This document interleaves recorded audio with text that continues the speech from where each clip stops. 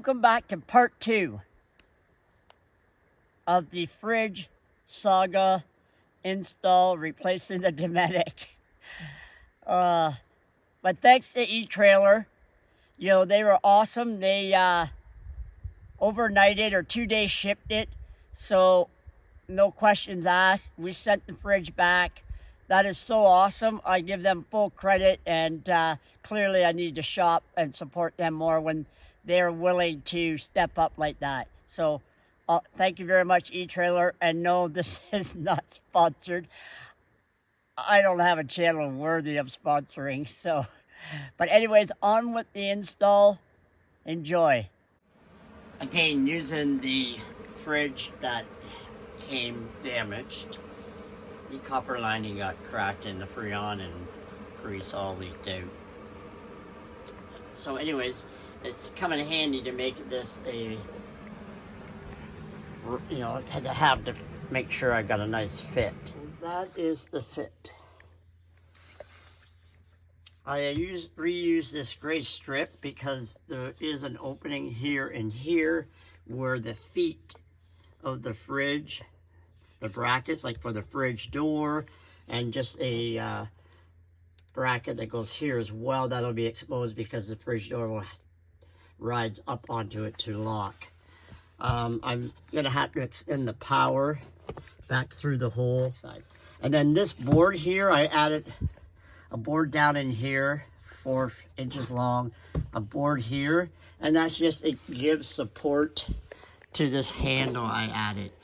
So this fan, which is set on a temperature program for when it gets hot in there to take the help circulate the hot air out, isn't as critical now that the compressor and condenser are back here. However, it will still be utilized, and I'm going to connect that wires coming from the fan that I installed back here.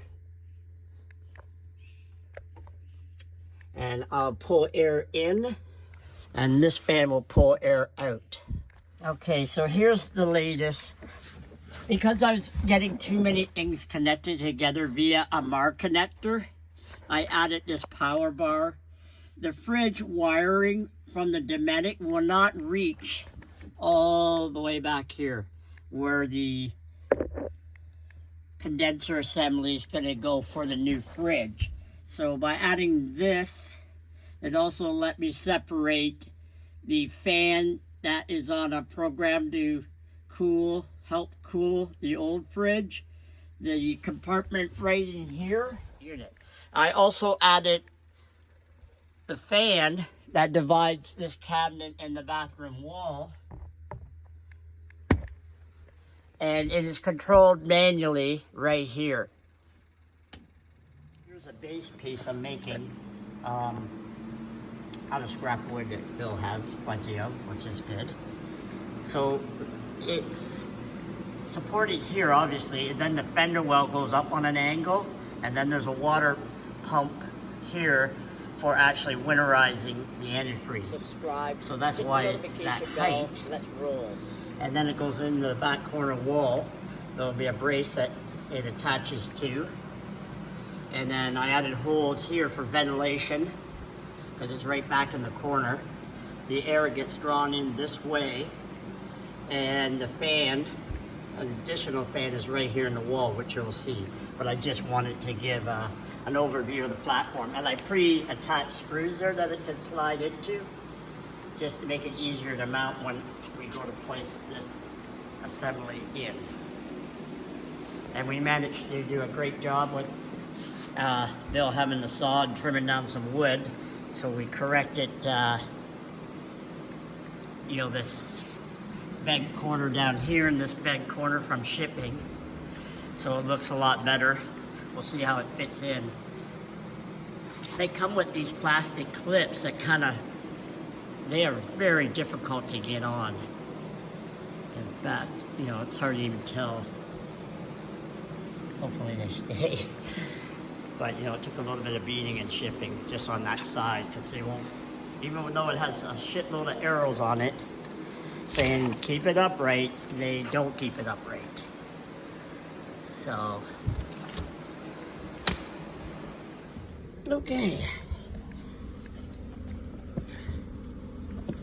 So that's my drinking water pump. That's the recirculating pump. And I've just connected the two slow recirculation pumps so that we can feed the condenser compressor all in. And this is solidly mounted. The lines that are drawn is where the actual unit will sit. And you can see how it's, and then there's the fan right beside it as well to pull air into this area. And because that hole is now there, that'll also help. Here it is, the finished product. You can see that the unit just fits in, and then the cabling runs, or the copper tubing runs through that opening to the back of the fridge, which really in the end will give me plenty of circulation. I did add a 2x1 in here behind this power bar and just cleaned up the electrical. I ran the AC up to the top and to the above cabinet, even though I never plug it in. If you're boondocking, you know, you don't need it. So that's it. So I've got about a good 4 or 5 inches. I put it on a slight angle. That enabled me to put all those holes as noted. And then I've got that fan for additional, circulation on those hot days. So right now it's running. It's way quieter than the Dometic. Even when I first got the Dometic. Now Dometic was making some funky noises and started to actually be just a low, not a low hum, but an almost a scratchy sound that was getting pretty irritating. So we'll see how this works out going down the road. Right now the fridge is running, which is awesome. We'll see how it goes. It's nice to have a fridge actually with a light. Sounds crazy, but here, check it out.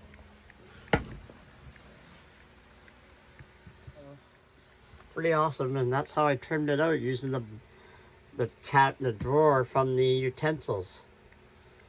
I haven't got the screws in it yet, but oh right, I wanted to show you in the fridge. So yeah, I changed the direction that it swings, but look at that, how bright it is. Oh, I haven't put the shelf in, which is the funny thing is with this fridge and the money you pay, you actually don't get any hardware, so I had to buy some. These are number 10, but I think a number 8 would have been fine. Would be maybe better actually if it seat in there a little better, so I'll look into that. I also added, I couldn't find gray, so brown wins to hold that base from sliding outward. So that's the fridge done.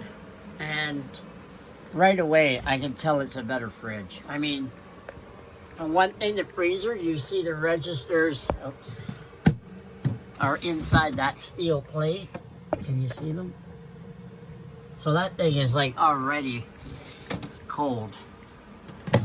So, yeah. I'm excited about the fridge, as crazy as that sounds. Got a light too, an LED light. Stepping up big time. Anyways. That's her. That's it. That's all she wrote. But one thing for sure I like about this fridge right off the bat is that when I'm standing here, I don't have to bend over to open it. Now, sure, I still have to bend over to get stuff out, but it is a couple inches higher.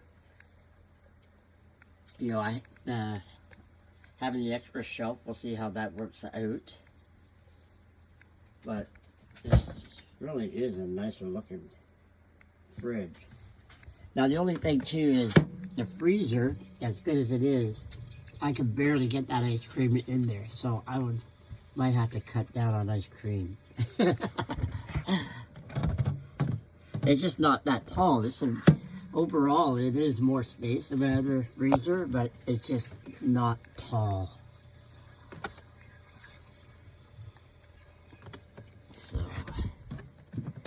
So I've had to remove the door, which has been a pain in the ass because these are terrible screws to try and get out, especially on this door because I couldn't get it to open much more than that. And the reason is that this corner was hitting this trim. So I'm adding a good 1/8 of an inch acrylic strip on there that was left over from the truck when I replaced the truck topper's back windows. So I don't know if you can see it in here, and it's not fully tightened. So that will allow me now to be able to open the door, a little bit, maybe 92, 93 degrees, and still catch. So now I just need to go get some longer screws, hopefully, and we'll see what happens.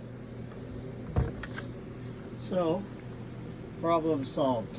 By bringing it out that little bit, which worked out perfect to have that scrap piece that I left here, and Bill spotted because we're trying to decide what we could use for material to give us that space. Subscribed, hit the notification bell, let's roll. I didn't have to adjust anything with the actual catch, so that's cool.